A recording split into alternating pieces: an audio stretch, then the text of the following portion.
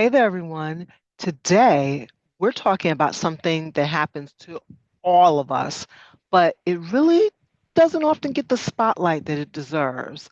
What I'm talking about is disappointment. So, when you have a goal that didn't happen, or someone let you down, or life just is not living up to what you had hoped it would be, disappointment can really feel like a heavy, heavy weight that's bringing you down. And if you're already feeling like stretched thin, disappointment can absolutely turn into stress, frustration, and burnout.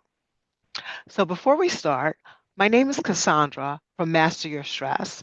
I'm a social worker and a certified stress management coach, and I help women who are 30 plus finally make themselves a priority by showing them how they can decrease stress while easily adding more self care into their daily lives. So let's get into it. Disappointment isn't just some fleeting emotion. Often it's tied to your hopes, your effort, and your expectations. Because whatever it was, you showed up, you worked hard, and you believed that everything was going to work out, and then it didn't.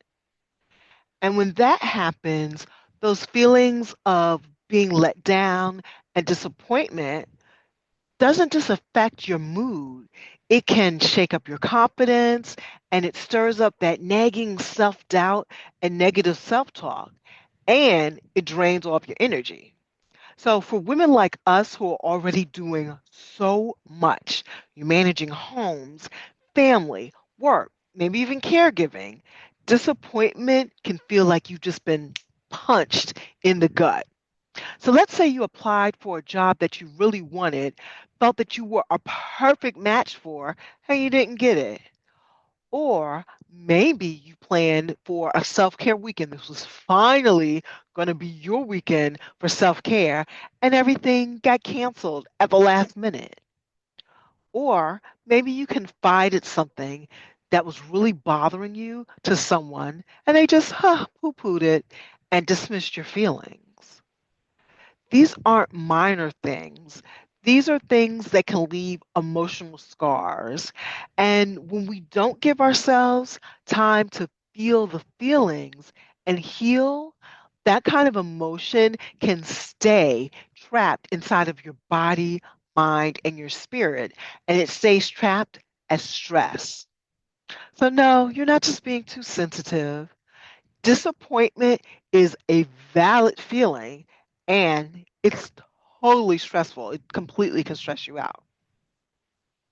So sometimes we don't even realize that we're carrying around this extra weight, this weight of disappointment. But here are some signs that you can look out for. So maybe you're feeling more reactive than you usually do. Maybe you're snapping at small little things. It could be that you feel tired even after you've been sleeping. Maybe you're avoiding certain situations, people, or tasks. Or you can be stuck with overthinking the situation or blaming yourself for everything that has or hasn't happened. You may have lost your motivation. Maybe you feel a little flat or emotionally numb or withdrawn. And it might not seem connected to one event, but often the stress that you're feeling today can trace back to a disappointment that in the past you didn't let yourself process. Usually we push through. We say, oh, it's fine. Nothing's wrong. But our body knows that's not true. So recently, I suffered a very, very big disappointment. I did a launch of my course, Break Free from Burnout. I had super high expectations about what was going to happen with this launch because I had gotten really, really great results for the people who had taken it previously. And it was like a small launch previous. So my expectations were with that, this being like a full scale launch, I was going to enroll many, many, many more students than I had with my small beta testing. And let me tell you, and I went like full court press on this launch and enrolling many, many more students absolutely did not happen. As a matter of fact, it was just like crickets. And to say that I was disappointment is an absolute understatement. I felt really, really devastated. I can't even tell you how devastated I felt about it. And it got me kind of questioning myself. And I was at the point where I really had to step back from Master Your Stress for a little bit in order to kind of allow myself to regroup. So here's what I do and how I coach my clients on how to process disappointment. It's a three-step framework. So the first step is to name it without shame. So before you try to just, oh, I'm just going to move on, take a deep breath and say to yourself something like, you know, I'm really disappointed that XYZ didn't happen. Or you can say to yourself something like, I had really hoped that ABC would have gone so much differently than it did. This is something that's important because when you name the emotion, it stops running in your mind like a background app trying to drain all of your battery. Don't downplay those feelings. Don't woulda, coulda, shoulda yourself. No saying things like, oh, I shouldn't be upset about this, or that wasn't a big deal, because that's not true. It was real to you. That matters. Let yourself lean in to those feelings and feel those feelings for a little bit. When I didn't get those enrollments into my course, I let myself feel all the feelings, like all the feelings, for a few days, but I did it without judging myself for it. And there's some things that can help you through this step in the process. So you can try maybe journaling about it, or if journaling isn't your thing, you can do voice notes, or you can try texting or calling a friend who really holds space very well. Now, the second step is to ask yourself, what do I need right now? This is something that is so loving. It's a way of showing yourself that you matter and that you care about yourself.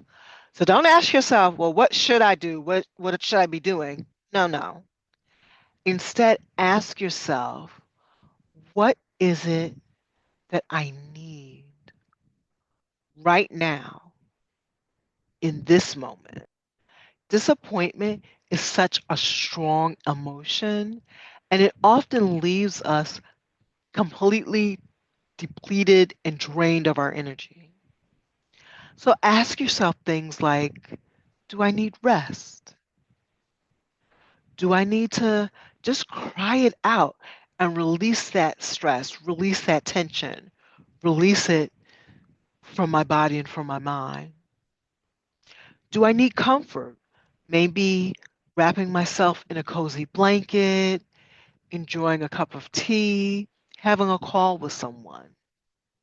Or do I need to just get out of here, have a change of scenery, or move my body, maybe exercise, take a walk, do something? Give yourself permission to care for yourself as if you were caring for a really dear, close friend. You might even try doing something like placing your hand over your heart and asking yourself, what does my heart need right now? And when you ask yourself that, just listen. Because the answer might surprise you, and it might be something that guides you towards your healing. So, step three is reframe the situation, but do it gently and wait until you're ready. So, this part, might take you a little bit to get there, but it comes whenever you felt the feelings, whatever those feelings are that you need to feel. So, when you're ready, reflect to yourself, what can I take from this experience? Or, what does this show me about what it is that I value? Or reflect on, does this, whole situation that I'm disappointing about, does it mean that there's something better or more aligned waiting for me? Because the goal here isn't to rush into feeling better. It's about reclaiming your power and not letting that stress from the disappointment win. Remember, disappointment is just a little detour. It's not an end. Sometimes the no leads to a better yes that you weren't aware of. And sometimes taking that pause gives you space for clarity. So in my instance, it really helped me think about the way that Break Free from Burnout was being offered, which was as a live course. And it helped me to make adjustments that would better serve me and also my current students and future students. So while you're doing this third step, trust that your journey, it isn't over. It's just unfolding, and maybe in a way that's different from the way you thought it would be. So here's what I want you to remember. Disappointment is something that happens to all of us, but it doesn't have to define you.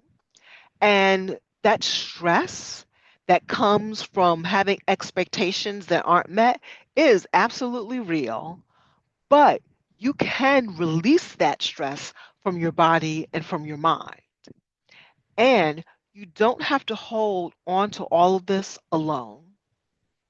So if this spoke to you, please give it a like, subscribe to the Master Your Stress YouTube channel, and share this video with someone else that you think it might help.